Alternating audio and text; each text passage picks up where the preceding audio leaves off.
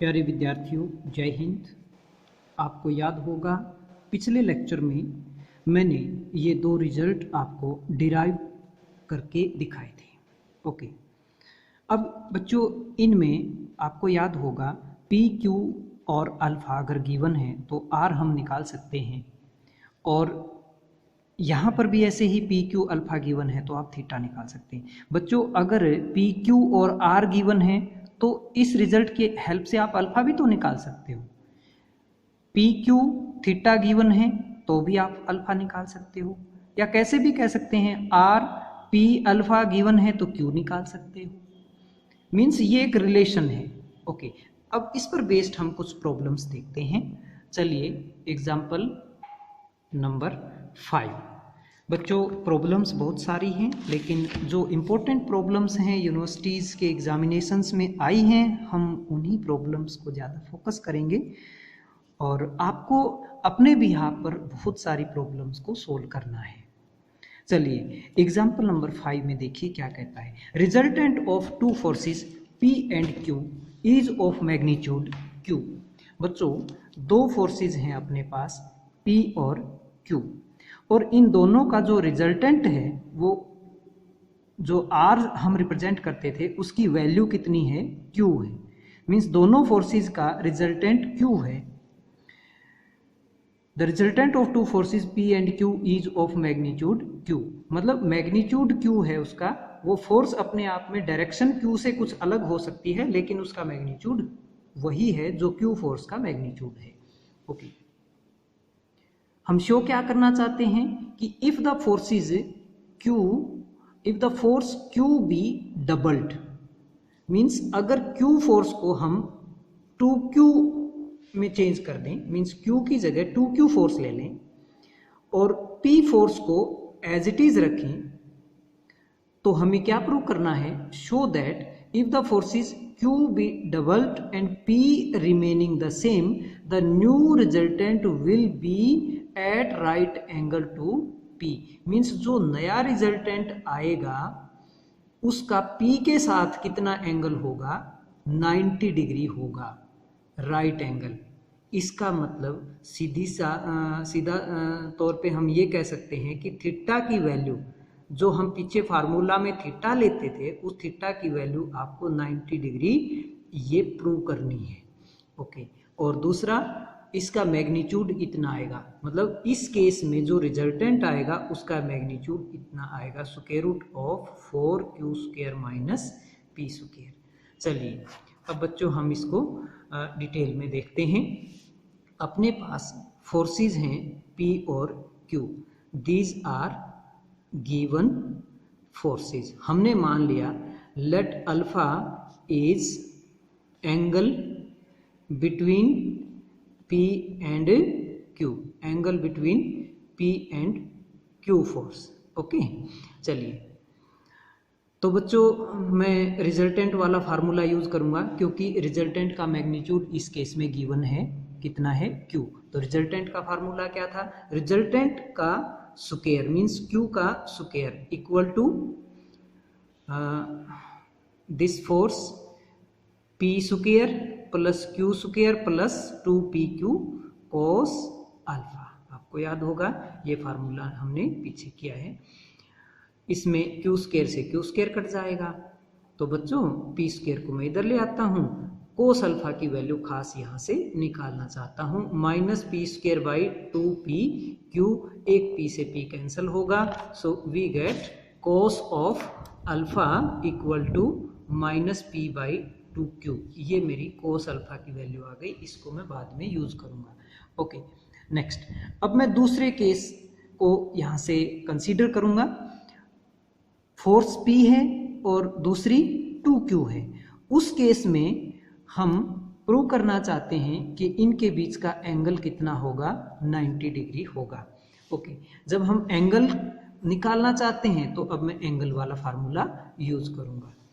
तो एंगल का फार्मूला क्या था, tangent theta equal to, theta क्या है, P फोर्स के साथ जो नया रिजल्टेंट, इस केस में जो नया रिजल्टेंट बनेगा, इस केस में तो Q था, मतलब इस केस में अब जो नया रिजल्टेंट बनेगा वो P फोर्स के साथ क्या एंगल बनाएगा वो मैं थीटा मानकर चलता हूं, तो वो फार्मूला हमारा पीछे का यूज करेंगे।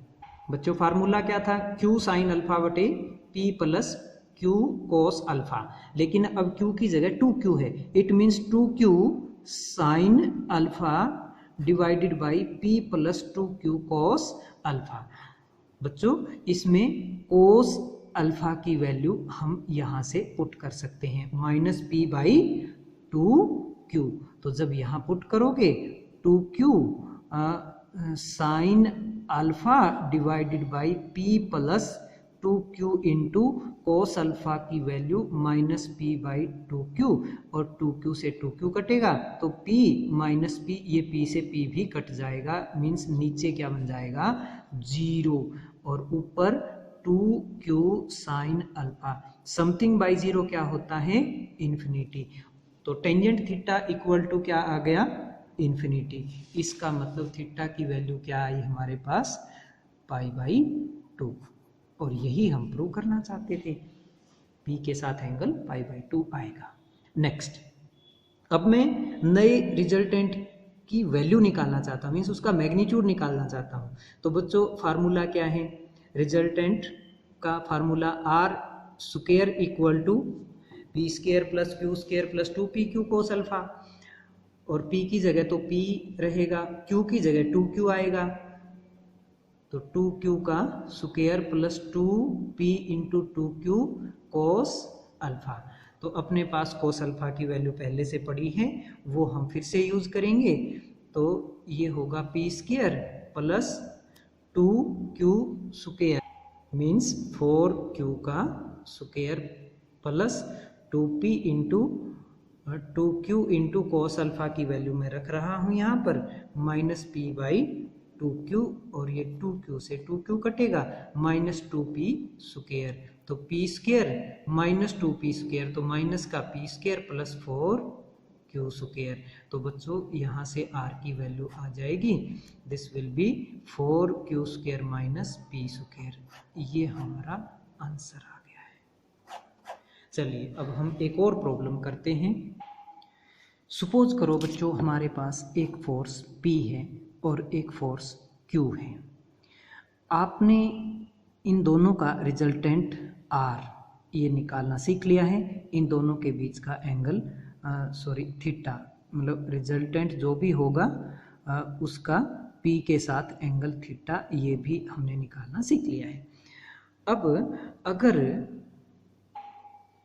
बच्चों मैं P की डायरेक्शन को चेंज करता हूँ, सपोज P को मैं Q की डायरेक्शन को मैं चेंज करता हूँ और इस तरफ इस तरह से ले आता हूँ, मीन्स अब मेरा Q जो है यहाँ पर आ गया, सपोज ये मीन्स ये एंगल छोटा था काफ़ी और अब थोड़ा और हमने बड़ा कर दिया है, P और ये Q, मैग्नीट्यूड हम उतना ही रखेंगे जितना पहले था। तो बच्चों R के लिए जो फार्मूला था, क्या था R का formula, square root of P square plus 2PQ cos alpha, तो ये अल्फा आपने बढ़ा दिया, तो अल्फा को चेंज करोगे तो क्या R चेंज नहीं होगा, ऑब्वियस सी बात है चेंज होगा, अल्फा को घटाओ या बढ़ाओ R तो चेंज होगा। ओके, अब आपको मालूम है कि कोस की वैल्यू 0 होगी अगर हम अल्फा को क्या ले लेते हैं 90 डिग्री, मीन्स ये क्वांटिटी कम से कम होगी, या फिर इसको हम दूसरे शब्दों में इस तरह से कहें कि अगर मैं अल्फा को 0 ले लेता हूँ, मीन्स इन दोनों फोर्सेस को एक ही साइड में ले लेता हूँ, तो बच्चों ये क्या बन जाएगा, मीन्स अल्फा को अगर मैं 0 ले लूँ तो R की वैल्यू क्या होगी, P स्क्वायर प्लस 2PQ कोस 0 1 हो गया प्लस Q स्क्वायर और इसका स्क्वायर रूट। बच्चों ये तो क्या बन गया, P प्लस Q का होल स्क्वायर और उसका स्क्वायर रूट, और स्क्वायर से रूट कैंसिल करो तो P प्लस Q, R की वैल्यू आ गई मेरे पास P प्लस Q। ओके, और अगर मैं अल्फा को 180 डिग्री ले लेता हूँ तो कोस 180 क्या बन जाएगा -1, तो ये P square minus 2PQ plus Q square, यानी कि p माइनस क्यू का होल स्क्वायर बन जाएगा। तो उस केस में हमारे पास r की वैल्यू क्या होगी, यानी कि अगर मैं अल्फ़ा को 180 डिग्री ले लेता हूँ तो r की वैल्यू p माइनस क्यू होगी, और अगर मैं 90 ले लेता हूँ, अगर अल्फ़ा को मैं 90 डिग्री ले लेता हूँ तो r की वैल्यू क्या होगी, square root of p square plus Q square plus 2p q cos 90 क्या होता है 0। तो बच्चों ये पार्ट 0 हो जाएगा। तो p square plus Q square का स्क्वायर रूट ये मेरा r होगा। तो 3 केस हमने डिस्कस किए हैं। एक केस में तो p प्लस क्यू वैल्यू आई, एक केस में p माइनस क्यू आई, और एक केस में square root of p square plus Q square I.